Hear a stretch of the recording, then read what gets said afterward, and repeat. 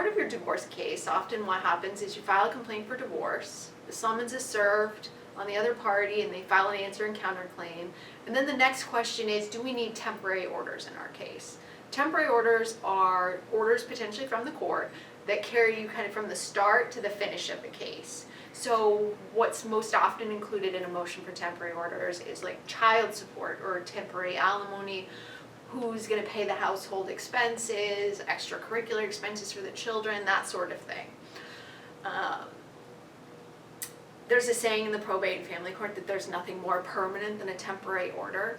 So if you are going to move forward on temporary orders, it's very important that you consider it carefully, and that you kind of put your best case forward with the probate and family court. You file a motion, you file an affidavit, because if you're not prepared and at the outset the judge says, well, here's what the parenting plan is going to be, and you're unhappy with that, that parenting plan is probably going to stay in place until the end of your divorce, which can be anywhere from 6 months to 3 years, right? And after a 3-year point, the likelihood of a judge changing your custody plan or other things that are in the temporary orders is fairly unlikely, even if they have evidence, right? Because it sets such a long-term precedent.